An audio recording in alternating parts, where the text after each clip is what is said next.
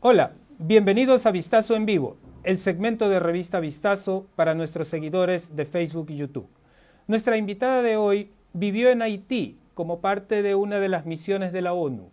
Tiene estudios de cuarto nivel en relaciones internacionales obtenidos en Francia. Como periodista, ha sido editora del diario El Comercio y revista Vistazo. También fue defensora del lector del diario Hoy. Bienvenida a Vistazo en Vivo, Ana Karina López. Hola Cecilio, qué gusto estar contigo y con la gente de Vistazo, es realmente volver a la casa. Y mucho gusto con el público también. Muchas gracias por esta entrevista. No, gracias a usted. Mañana se cumplen ya 8 días del último terremoto en Haití. Es el segundo en menos de 12 años. Parecería que el destino le ha dado la espalda a ese país lleno de contrastes, al que Ana Karina, nuestra invitada de hoy, pudo llegar a conocer muy de cerca.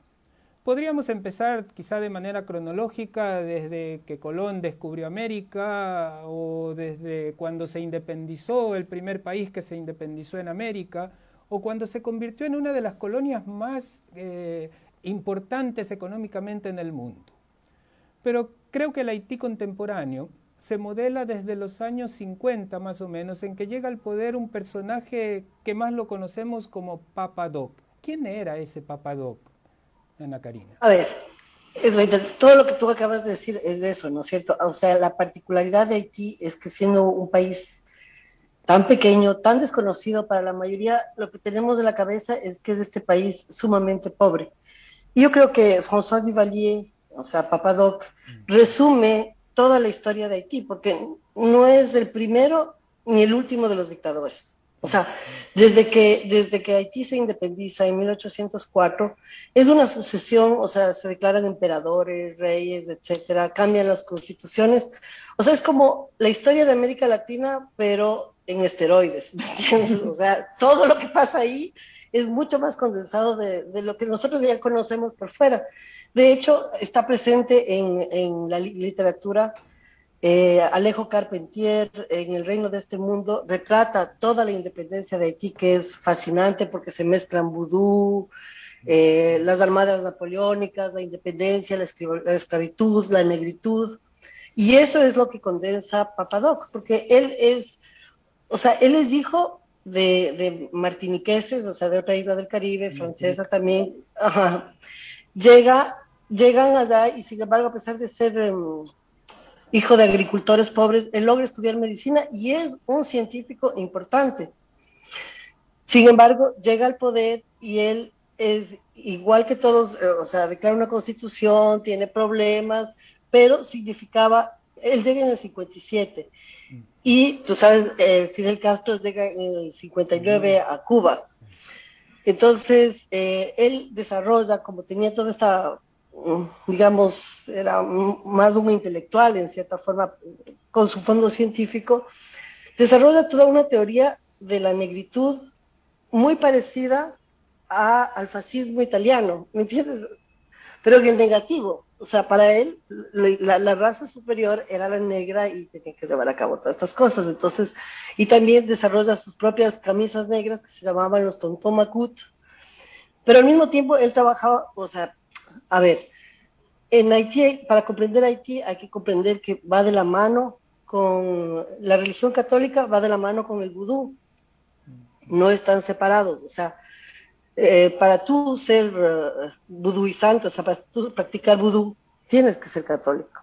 Y es, o sea, yo te podría hablar horas de la maravilla que es de estar en Haití en una misa católica, donde duran 3 horas y ves a las niñas bailando, hay gente que puede caer en trance. No, eso no quiere decir que en las misas hagan brujería, ojo, pero es todo un sincretismo que yo, o sea, para nosotros, al igual que el nivel de pobreza, todo eso, nosotros creemos que estamos acostumbrados a esto y es totalmente diferente. Entonces, Papa Doc, que es como se le llamaba a Duvalier, es, sintetiza todas esas cosas, ¿no? O sea, sintetiza tanto el vudú, tanto la negritud, la esclavitud y toda una historia de un país poco democrático. ¿Cómo se explica? ¿Por qué se explican eh, los estudiosos de la isla, yo me acuerdo que conocí a uno, un antropólogo famoso, que él decía, a ver, tienen la misma teoría que nosotros, ¿no es cierto? Que no soportan la idea de la esclavitud, que vuelva a la esclavitud. Entonces, cuando ven que alguien está saliendo, simplemente sabes la historia de la olla de los cangrejos, que cuando un cangrejo comienza a salir de la olla hirviendo, los otros le jalan para abajo. Ellos tienen esa misma teoría, o sea que si es que ven que alguien va a salir, no quieren porque sienten que les va a volver a esclavizar. Entonces hay toda esa idea, y, o sea, de hecho, ponte a ver que República Dominicana, de quien se independiza, no es de España, sino de Haití. O sea, porque un rato ellos conquistan toda la isla. Entonces, claro, es toda esta historia fascinante que comienza así y nunca llegan. Justamente cuando yo fui a Haití en la misión de las Naciones Unidas, que era la misión civil internacional, era para procurar el regreso de Aristide, que era un sacerdote católico que logró... Ajá, después de, sí, después de Papa Doc, ¿no es cierto? Su régimen continúa de manera hereditaria con el hijo, ¿no? ¿Cuáles fueron en general esto, digamos, lo más significativo de estos dos gobiernos, de padre e hijo, que marcaron yo creo que la historia moderna de Haití? Claro, el autoritarismo absoluto, ¿no es cierto? La represión absoluta y en esta teoría de la negritud como raza preponderante sobre las otras, François Duvalier mató a todas las élites blancas y mestizas, sobre todo, o sea, mulatas. Entonces, para él eran los negros los que debían conducir el país y, bueno, o sea, como te digo, había esa relación ambigua con los Estados Unidos, que por un lado sabían la brutalidad del régimen, pero por otro lado tenían al lado, o sea, Cuba y Haití están frente con frente y no querían que el Caribe siga entrando en cualquier régimen comunista. Claro. Entonces, le sostenían a la manera gringa, digamos. De hecho, la primera vez que hay elecciones en Haití, entiendo que ya fue después de la caída de la Unión Soviética, ¿no? Claro, pero, o sea, ya viene Baby Doc, como le llamaban a su hijo, y te había comentado, él comenté la gran reacción de casarse con una mulata de las que habían logrado huir. Y entonces eso fue como, ya no era lo mismo, ¿me entiendes? Para toda la gente que estaba en este régimen tan duro. Entonces, claro, vuelven a las elecciones, o sea, ya finalmente logran que se vaya, pero y regresan a las elecciones con Aristide, claro. O sea, ¿me entiendes? Él es el primer presidente electo democráticamente, ¿no? O sea, sí, y hablamos ya de 1990. No. Sí, pero, o sea, Duvalier también fue electo democrático, o sea, al estilo, ¿me entiendes?, de que se iban haciendo unas elecciones de padrinazgos, prácticamente, ¿no? Pero cuando ya llega, claro, Aristide era la esperanza. Aristide era, yo le vi hablar un par de veces, y Aristide era un líder, ¿cómo te digo? Él hablaba, que en Haití... Él fue sacerdote salesiano, entiende, ¿no? Salesiano, y era maravilloso. O sea, era maravilloso, o sea, que igual, bueno, a ver, vamos de orden. Entonces, llega Aristide y realmente con él llegaba la esperanza. Porque él, claro, salesiano con todo lo que quiere decir ser salesiano, ¿no? Son mucho más progresistas. Y en realidad, el movimiento de él se llamaba la Balaz, que quiere decir la avalancha. Y como te decía, Aristide lo que hacía es, él, en Haití hablan un idioma que se llama creol, que es una mezcla, o sea, el criollo haitiano. Haitiano, exacto. Que es una mezcla, al 80% es todos los adjetivos y sustantivos, etcétera, en francés, pero es mezclado con un poco de árabe por los árabes que les traían en los barcos a los esclavos, y mucho idioma marino, o sea, la gente las amarra, o sea, cambian los sentidos de los verbos, la sintaxis es más bien en inglés, O sea, es una mezcla muy particular. Si tú hablas francés, no es como nosotros que podemos entender algo de portugués o algo de italiano, ¿me entiendes? No. O sea, es totalmente, cuando uno llega y dice, esto no tiene nada que ver con el francés, pero hay el criollo educado, digamos, que es mucho más afrancesado, y hay el criollo del pueblo, y ese es el que hablaba Aristide. O sea, ¿me entiendes? Él llegaba al pueblo porque el creol no tiene palabras conceptuales. O sea, tú no dices mesa y es el concepto de mesa, sino es el aparato de cuatro patas que tiene. Entonces, hay toda esta forma de hablar que él tenía y él provocó, como te digo, la esperanza, es la avalancha del futuro, de algo mejor. Y pronto tuvo un golpe de Estado. No duró ni un año.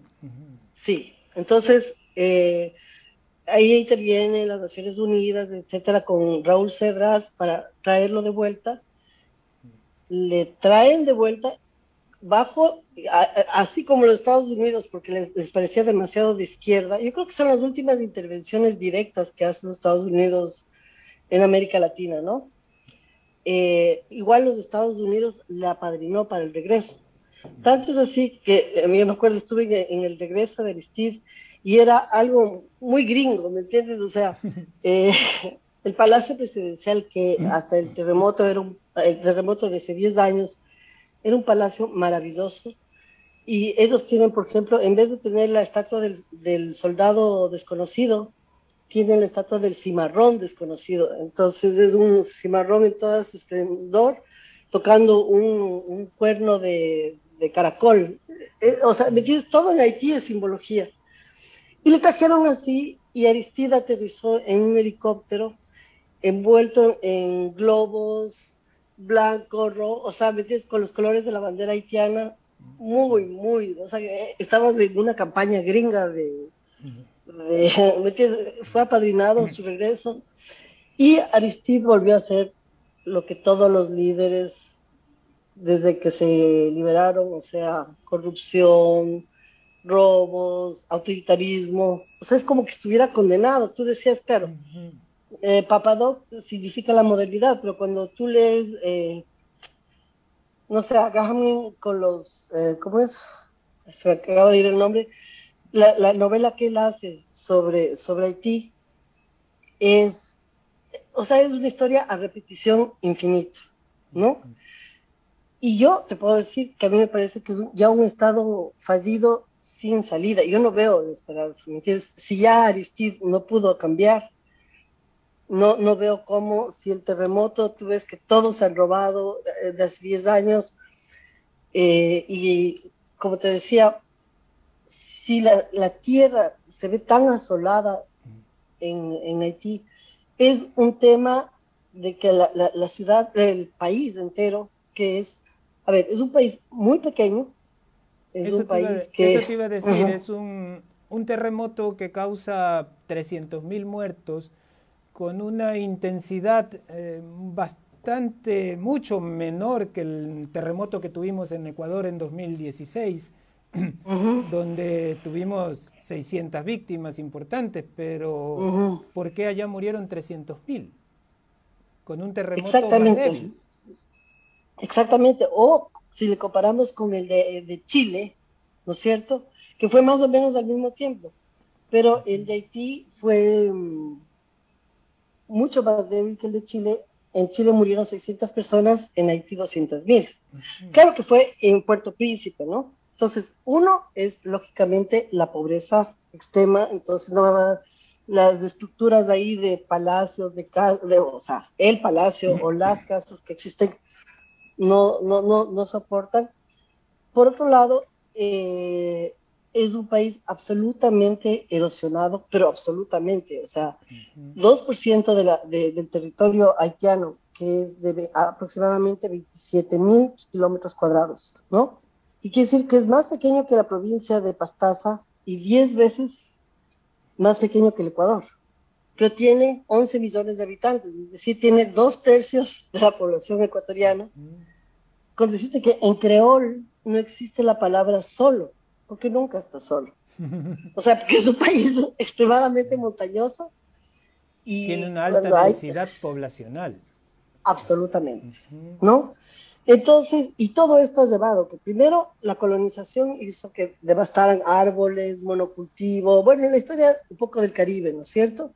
Pero además, eh, hasta ahora lo que se hace es botar los árboles para hacerles carbón y así tener energía para cocinar, para lo que sea. Entonces, con esa densidad poblacional, todo el limón va cayendo hacia el mar, o sea, ¿me entiendes? Las montañas se van erosionando, todo está devastado y tampoco hay peces en el mar. O sea, No ¿me hay entiendes? peces Que, en el mar, no pueden claro, ni porque siquiera todo, comer de los recursos marinos.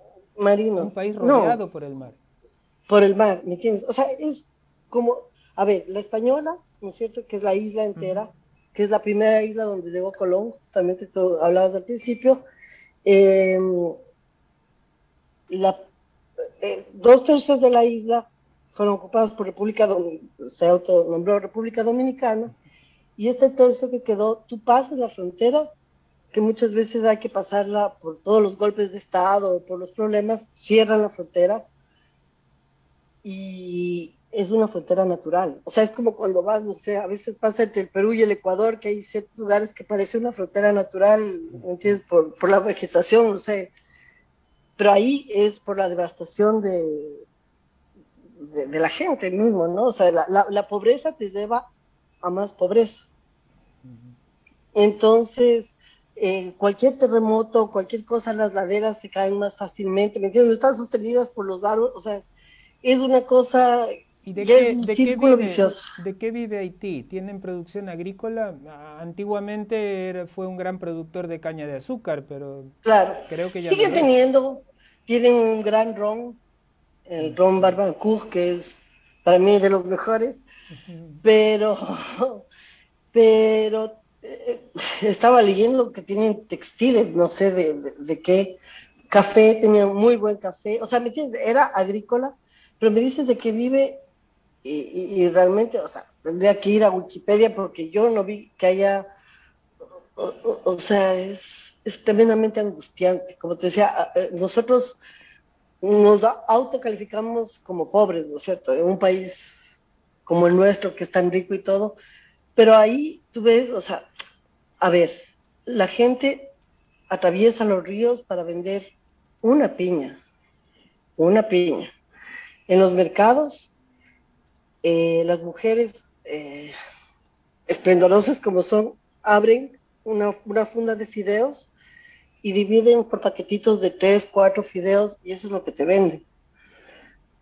O sea, todo es importado y como siempre con las grandes diferencias y cada vez más las élites haitianas migran, ¿no es cierto? Durante mucho tiempo eran libaneses que ocupaban el lugar de las élites, ya cuando Baby Doc como que se reconcilió, digamos, con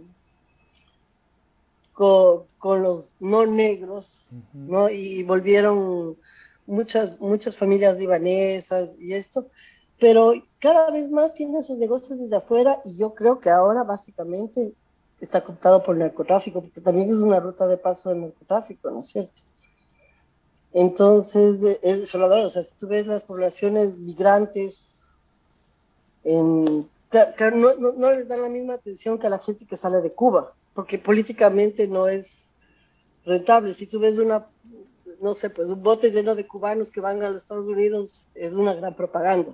Claro. Un bote de miles de tragedias de botes de haitianos que se hunden, gente que muere, pero porque o están saliendo, ¿entiendes? O sea, yo he visto ahí Bueno, de todas maneras, carreteras en Florida hay una población haitiana importante.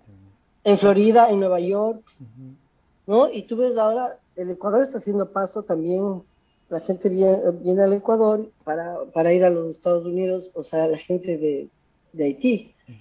Entonces, claro, es una comunidad que está ahí encerrada en una pobreza y con al mismo tiempo una riqueza cultural y un nacionalismo que para nosotros es muy difícil de entender. O sea, La historia recuerda que por Haití también pasó Simón Bolívar. exacto. O ¿Qué, sea, qué andaba haciendo por allá? a ver, no me acuerdo muy bien en qué momento fue, pero cuando cae la primera república venezolana, ¿no? Y él tiene que huir y todo esto. Me parece que él se va a Cartagena un momento y después él va a Haití y ahí de Salim, que ya, o sea, como esos ya eran independientes, o sea, esos comenzaron su guerra de independencia 15 años antes de que se realizara y se independizaron en 1804. Entonces a Bolívar le apoyaron, me parece que con barcos y con algo de dinero para que pudiera volver, y ahí es cuando él vuelve, creo que a Colombia, para reconquistar, ¿sabes? Cuando hace ¿cómo se llama?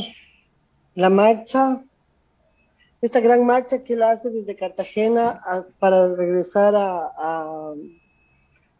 a recuperar todo el oriente venezolano. Ajá. Pero entonces él tuvo o sea, había toda esta idea, pero como los franceses no les dejaban, o sea, primero para Estados Unidos era inconcebible una república de esclavos.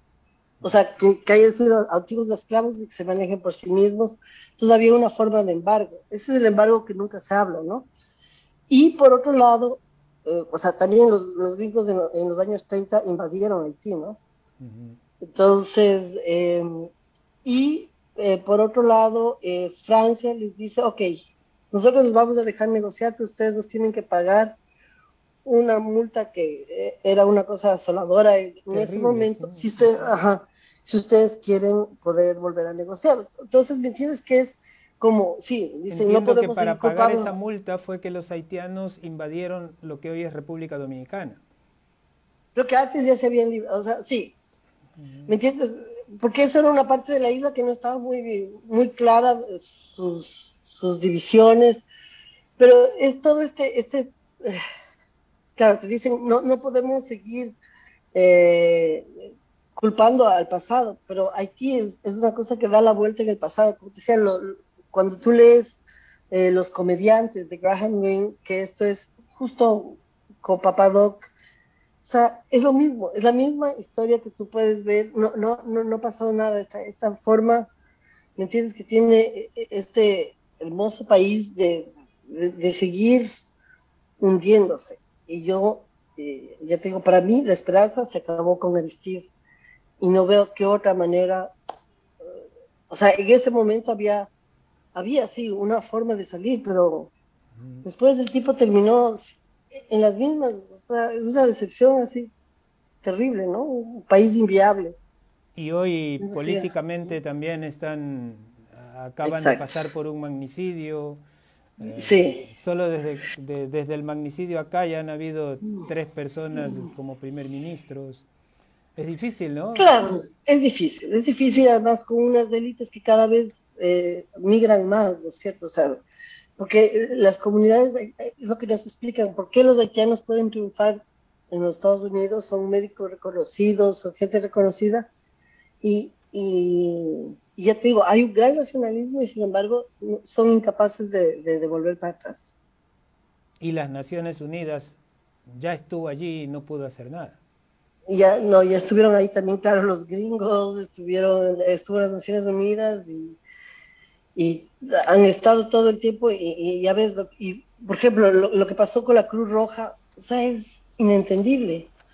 Lo que pasó con la Cruz Roja cuando dejaron el país en el anterior terremoto, se construyeron 2 casas, me parece una cosa así que, ¿dónde se van quedando todos esos recursos, no es cierto? Porque además, tú ahí vives mucho más fuertemente las diferencias. O sea, la gente muy rica es de verdad rica. O sea, tú les ves aterrizando en un avión con la última moda de París y hay unos restaurantes que vos dices, ¿cómo comen esta maravilla? ¿Me entiendes? Y abajo ves, o sea, esto es de la parte alta de Puerto De Puerto Príncipe, donde Príncipe. donde hay unas mansiones y unos barrios que ya quisiéramos tener nosotros, porque tienen o sea, la estética haitiana también es maravillosa, ¿no? La estética haitiana es única, yo creo. Entonces tienen mucho esta idea, por ejemplo, tú vas al barrio que está en la parte alta y todo es unificado, o sea, es algo alucinante. Y vas abajo y hay veces que se encuentran con cadáveres que se están comiendo los chanchos, ¿me entiendes? En el lodo, o sea, no entiendes de este país así que vive, ¿no? Con unas boutiques hermosas, unos hoteles. Pues te digo, yo creo que el narcotráfico ahí tiene ya una presencia, o sea, como en todos los países de Latinoamérica, Claro. tampoco nos podemos hacer los bobos, pero que es lo que yo creo que mantiene lo poco de economía que hay. O sea, porque la mayoría de cosas son importadas para cierta élite y el resto, o sea, Un ¿me país entiendes? definitivamente, un país absolutamente lleno de contrastes, ¿no? Totalmente. Muchas gracias, Ana Karina, por habernos Ya, contado tus experiencias directas en este país. sí. Te dejamos con tus últimas palabras.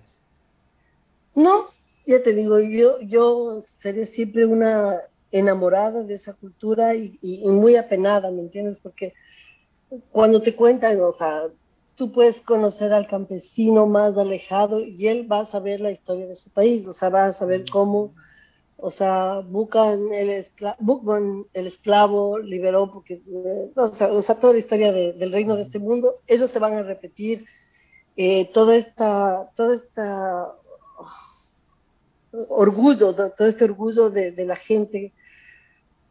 Tú ves los domingos, sales de unas casitas, unas chocitas, pero todos vestidos de blanco, impecables, que van a misa. O sea, es un país que en el fondo todavía tiene esta, no sé, maravillosa conjunción de una cierta alegría de vivir, donde ves también una violencia.